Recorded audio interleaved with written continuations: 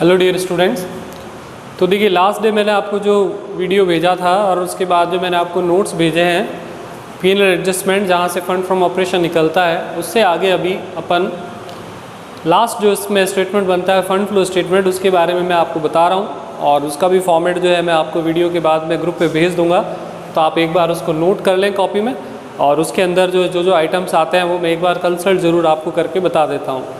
तो बेसिकली हमारे क्वेश्चंस के अंदर जो बैलेंस शीट दी हुई होती है उसकी करंट एसेट्स और करंट लायबिलिटी तो आपके वर्किंग कैपिटल में चली गई और जो नॉन ऑपरेटिंग एप्रोप्रिएशन आइटम जो आपने कैंसिल कर दिए P&L से, और P&L से रिलेवेंट जितने भी आइटम थे वो आपने सारे के सारे कहाँ लिख दिए P&L एडजस्टमेंट में।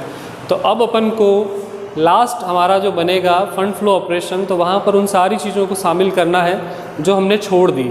जैसे कि हमने करंट एसेट लिख दी तो नॉन करंट एसेट बच गई, करंट लायबिलिटी लिख दी तो नॉन करंट लायबिलिटी जो है वो बच गई, प्लस आपने जो नॉन ऑपरेटिंग इनकम जो थी, एक्सपेंसेस थे, उनको छोड़ दिया तो वो आपके फंड फ्लो स्टेटमेंट पे आ जाएंगे। तो दैट मीन्स कि basically non current assets, non current liability, non operating items, तो ये सारी चीज़ें जो है वो आपको फंड फ्लो स्टेटमेंट में लिखनी है। फंड फ्लो स्टेटमेंट के अंदर दो पार्ट होते हैं। डेबिट साइड होती है सोर्सेज यानी पैसा आया कहाँ से, और क्रेडिट साइड होती है आपके एप्लीकेशंस की पैसा आपने खर्च कहाँ किया। तो यहाँ पर ये जो फंड फ्लो स्टेटमेंट जो आप बनाते हो ये बेसिकली कैश से काफ़ी मिलता जुलता है। मतलब जो चीज़ें आप कैश में लिखते हो रिसिप्ट डेबिट साइड में और पेमेंट क्रेडिट साइड, तो वो चीज़ आपको यहाँ पर भी जो है वो करनी होती है। तो इसके अंदर दो तो ये आ गए आपके भी non current assets liability, non operating items, और इसके साथ साथ फंड फ्लो स्टेटमेंट में अपन क्या करते हैं कि हमने जो दो पहले अकाउंट या स्टेटमेंट्स बनाए हैं उनके आंसर्स भी यहाँ पे शिफ्ट करते हैं कि जैसे अगर वर्किंग कैपिटल इंक्रीज़ हुई है तो यानी पैसा हमने लगाया है तो इसमें क्रेडिट साइड एप्लीकेशंस होती है वहाँ लिखा जाएगा, और अगर उल्टा हो जाए कि आपने पैसा लगाया नहीं बल्कि पैसे निकाल लिए हैं, डिक्रीज़ कर दी वर्किंग कैपिटल, तो वो आपके डेबिट साइड में सोर्सेज ऑफ फंड के अंदर आती है। प्लस अगर आपकी जो है फंड फ्रॉम ऑपरेशन जनरेट किया है, जो हमने लास्ट वीडियो में सीखा है कि किस तरीके से हम ये पता लगाते हैं कि हमने बिजनेस में कितना फंड रेज्ड किया है, कितना फंड जनरेट किया है, तो वो अपन को लिखना होता है कहाँ पर, डेबिट साइड में। और क्वेश्चन में रियली किसी में है नहीं कि आपका फंड जो है रेज्ड होने की जगह लॉस्ट हो गया, तो अगर वैसा हो तो वो कौन सी साइड लिखेंगे, क्रेडिट। और जब आप ये सारी चीज़ें लिखोगे तो आपकी दोनों साइड की जो टोटल होगी वो आपकी क्या हो जाएगी, इक्वल हो जाएगी, बराबर हो जाएगी। तो ये आपका फंड फ्रॉम जो है ऑपरेशन और ये सब लिखकर दोनों साइड की जोड़ अगर बराबर होती है तो दैट मीन्स कि आपने जो क्वेश्चंस किए हैं या जो आंसर निकाला है वो आपका करेक्ट है। अगर कई बार जैसे डबल अकाउंटिंग सिस्टम होता है जिसमें ऐसी भी चीज़ें हो जाती है कि आपने कुछ गलत भी किया है, अमाउंट रॉन्ग लिख दिया है, लेकिन फिर भी आपकी दोनों साइड की जो है जोड़ बराबर मिल जाए, लेकिन यूजुअली आप जब अगर फंड फ्लो स्टेटमेंट बनाओगे और उसकी दोनों साइड की टोटल्स को टैली करोगे और वो बराबर आ गई तो फिर आपकी सारी कैलकुलेशन ठीक होगी। तो ये फंड फ्लो स्टेटमेंट का फॉर्मेट तो मैं आपको भेज दूंगा, लेकिन अभी मैं एक क्वेश्चन जो है वो आपको करके बता रहा हूँ जिसके अंदर ये सारी चीज़ें जो हमने सीखी है वन बाय वन, तो ये सारी की सारी चीज़ें किस तरीके से बनती है, वर्किंग कैपिटल स्टेटमेंट, उसके बाद आपका P&L एडजस्टमेंट और फिर फंड फ्रॉम ऑपरेशन समेत सारे आंसर को फंड फ्लो स्टेटमेंट में कैसे लिखते हैं वो आपको बताएंगे। तो मैं आपको एक क्वेश्चन आज पूरा सॉल्व करके बताऊंगा जिसके अंदर ये सारी की सारी चीज़ें आपकी इसके अंदर जो है वो आ जाएगी। तो देखिए क्वेश्चन नंबर 4 जो है मैं आपको सॉल्व करके बता रहा हूँ। तो पहले मैं एक बार क्वेश्चन रीड कर देता हूँ जिससे कि आपको पता चल जाए कि कौन कौन सा आइटम इसमें है, और आप फिर उसके बाद क्वेश्चन बुक में देख कर साथ साथ टैली कर लीजिए। तो सबसे पहले प्लांट दे रखा है, उसके बाद फर्नीचर फिक्चर्स दे रखा है, उसके बाद है स्टॉक डेटर कैश। तो आपको एक क्वेश्चन मैंने पहले कराया भी था जिसके अंदर वर्किंग कैपिटल स्टेटमेंट कैसे बनता है वो बताया था। तो यहाँ पर करंट एसेट्स के अंदर 3 पॉइंट है, स्टॉक डेटर कैश, और लायबिलिटी साइड के अंदर आपके एक तो शेयर कैपिटल है, एक P&L है और एक है क्रेडिटर। तो शेयर कैपिटल आपकी करंट होती नहीं और P&L जो है वो P&L एडजस्टमेंट में लिखा जाएगा, और उसके बाद क्रेडिटर्स दिए हैं, ये आपके करंट लायबिलिटी का पार्ट है। तो first of all upon current assets इसमें शामिल करते हैं और फॉर्मेट मैंने इसका बना ही दिया है पूरा। तो सबसे पहले है आपके स्टॉक, तो स्टॉक है आपके 85,000 और उससे वो हो रहा है 1,05,000। उसके बाद आपके है इसमें डेटर्स और कैश। तो डेटर्स आपको दिए हैं 1,60,000 से चेंज होकर वो हो रहे हैं 1,50,000, और उसके बाद आपकी कैश 1,10,000 और 1,70। ये आपकी करंट एसेट्स हो गई। इसके बाद अपन लिखते हैं इसमें करंट लायबिलिटी। तो करंट लायबिलिटी में एक ही पॉइंट है इसमें क्रेडिटर्स, क्रेडिटर की वैल्यू 1 लाख हो रही है और उससे वो घटकर आपके हो रहे हैं 70,000। ठीक है, अब 1 बाय 1 आपको करंट एसेट्स का देखना है डिस्क्रिप्शन के। भाई स्टॉक जो है वो आपका बदल कर 85 से 1,05,000 हो रहा है, तो 85 से 1,05,000 हो रहा है, इसका मतलब ये 20,000 रुपये बढ़ा है। और अगर वर्किंग कैपिटल करंट एसेट जब बढ़ती है तो वर्किंग कैपिटल भी क्या होती है, बढ़ती है, तो वो भी मैं थोड़ा रिपीट करता रहूँगा साथ साथ। वैसे ही करंट एसेट घट रही है 10,000 तो वर्किंग कैपिटल भी आपकी घटेगी, और करंट एसेट बढ़ रही है तो वर्किंग कैपिटल को भी वो क्या कर देगी, बढ़ा देगी। तो दैट मीन्स कि करंट एसेट्स के बढ़ने से वर्किंग कैपिटल का बढ़ना और घटने से घटना होगा।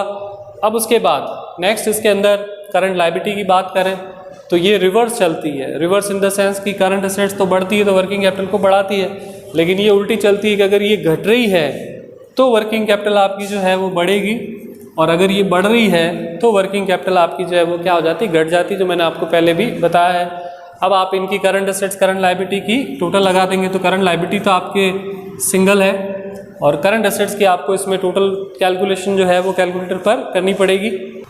तो अभी इसमें 85,000 प्लस 1,16,000 60,000 और 110, तो इसकी जोड़ हो रही है आपकी 355 करंट एसेट्स। और लगे हाथ में जैसे कि ये टोटल है अगर आपकी ए करंट एसेट्स और ये है आपकी टोटल बी करंट लायबिलिटी, तो करंट एसेट्स में से करंट लायबिलिटी को रिड्यूस करने पर जो अमाउंट आएगी वो भी लिख देता हूँ। तो 355 में से 1 लाख माइनस होगा तो ये 2,55,000 रुपये आपका इसमें आ जाएगा। और अब इसमें 1,05,000 प्लस 1,50 और प्लस 1,70, तो इसकी जोड़ आ रही 4,25, और इसमें से अगर आप 70,000 माइनस करते हो करंट लायबिलिटी तो ये आ रहा है 3,55। तो डेटा काफ़ी इजी गोइंग हो गया कि भाई करंट एसेट्स और करंट लायबिलिटी का अंतर जो वर्किंग कैपिटल है, पहले साल में वर्किंग कैपिटल 2,55 है और दूसरे साल में कितनी होगी, 3,55। तो इसका मतलब कि जो वर्किंग कैपिटल है वो कितनी रेज्ड होगी, 2,55 से 3,55 यानी 1 लाख बढ़ी। तो यहाँ लिख देंगे increase in working capital 1 lakh. ठीक है, और आपकी जो टोटल होगी वो दोनों तरफ की 3,55 आ जाएगी। लेकिन अब अगर आप चाहें तो इसको क्रॉस वेरीफाई भी कर सकते हैं कि जैसे यहाँ की टोटल अगर हम करें, ठीक है, तो ये 80 और 1,10 यानी वर्किंग कैपिटल मेरी इंक्रीज़ हुई है 1,10 और डिक्रीज़ हुई है 10, तो यानी कि 1,10 और 10 का अंतर कितना आ रहा है, अगेन 1 लाख ही आ रहा है। तो आपकी ये चेक हो जाता है कि भाई आपने जो वर्किंग कैपिटल निकाली है यहाँ पर अगर वर्किंग कैपिटल इंक्रीज़ अगर 1 लाख है तो पीछे के कॉलम का डिफरेंस भी जो इंक्रीज़ का होना चाहिए वो कितना होना चाहिए, 1,10,000। तो इस तरीके से ये वर्किंग कैपिटल स्टेटमेंट आपका बनेगा। अब उसके बाद अपन को इसमें बनाना पड़ता है P&L एडजस्टमेंट, और लास्ट आपके बनेगा इसमें फंड फ्लो स्टेटमेंट। तो इसको क्लीन करके मैं उसको नोट करता हूँ। तो देखिए P&L एडजस्टमेंट और फंड फ्लो स्टेटमेंट का फॉर्मेट मैंने बना दिया। तो P&L एडजस्टमेंट के अंदर सबसे पहले P&L है ये, तो P&L का पुराना बैलेंस जो होता है वो अपन को लिखना है यहाँ पे। तो यहाँ पे P&L का जो ओपनिंग बैलेंस है इसको बाय बैलेंस BD, और कई बार इस बुक में P&L के बैलेंस को रिटेन अर्निंग के नाम से भी जाना गया है। रिटेन अर्निंग मतलब कि जो प्रॉफिट आपने या जो पैसा आपने कमा के रखा है उसको रिटेन अर्निंग कहते हैं, तो वो P&L के रूप में लिखी हुई हो सकती है। तो यहाँ इस क्वेश्चन में P&L का ओपनिंग बैलेंस है 15,000, और अब ये एंड का बैलेंस इसमें आपको दे रहा है वापस 15, और क्लोजिंग बैलेंस आपको दिया है इसमें 30,000। तो आपने दोनों बैलेंस लिख दिए, और अब आपको क्वेश्चन जो पढ़ते हुए और एडजस्टमेंट देखते हुए देखना है कि एडजस्टमेंट अगर P&L का है तो P&L अकाउंट में शिफ्ट कर दो, और अगर एडजस्टमेंट आपका फंड फ्लो स्टेटमेंट का है तो फंड फ्लो स्टेटमेंट में उसको शिफ्ट कर देंगे। तो देखते हैं 1 बाय 1 क्या हो रहा है क्वेश्चन के अंदर। सबसे पहले है प्लांट। तो प्लांट आपका हो रहा है 50,000 से 60,000, यानी 10,000 का प्लांट आपने क्या करा है, खरीदा है, बड़ा है। तो एक चीज़ ध्यान रखिएगा कि अगर एसेट घटती है, फिक्स एसेट घटती है तो उस पर वो डेप्रिशिएट होती है, और अगर बढ़ती है तो हम खरीदते हैं, और अगर डेप्रिशिएट होने के बाद भी अगर घट रही है तो हमने बेचा है।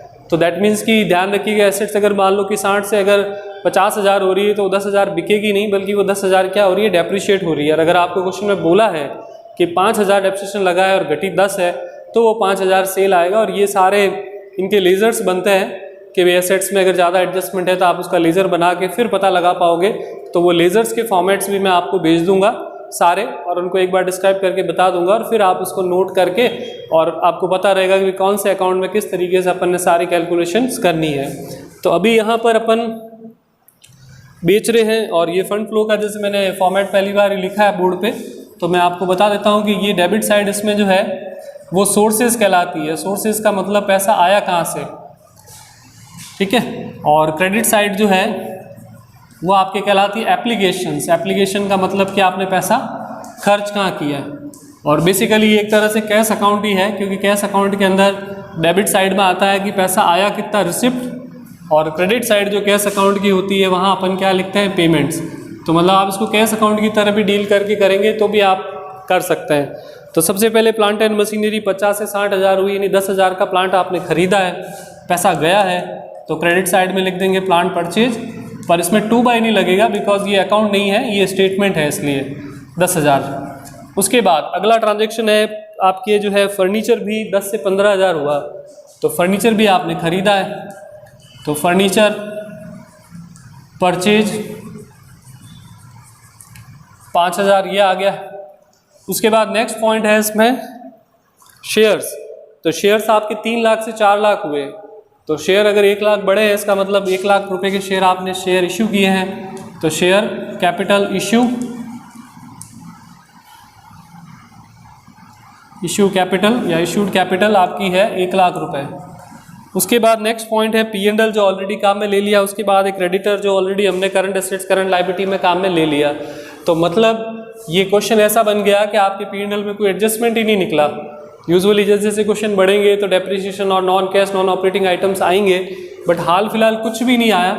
तो डेबिट की जोड़ 30,000 है और इधर का 15 है। तो आप लोगों को ये अकाउंट तो मैंने बता ही दिया ऑलरेडी कि P&L का जो डिफरेंस होता है वो आपके कहलाता है फंड फ्रॉम ऑपरेशन, यानी कि बिजनेस कमा के 15 से अगर 30,000 रुपये हमने कर दिए तो यानी कि 15,000 रुपये हमने इस साल में जो है वो क्या करा है, प्रॉफिट कमाया है, और ये फंड फ्रॉम ऑपरेशन हमने कमाया है तो ये सोर्स में आता है। और ज़्यादातर क्वेश्चन में ये ऑपरेशन फंड फ्रॉम ऑपरेशन ही आ रहा है, लॉस्ट वाला कम ही है कि फंड्स आपने उल्टा लॉस्ट कर दिए इस साल।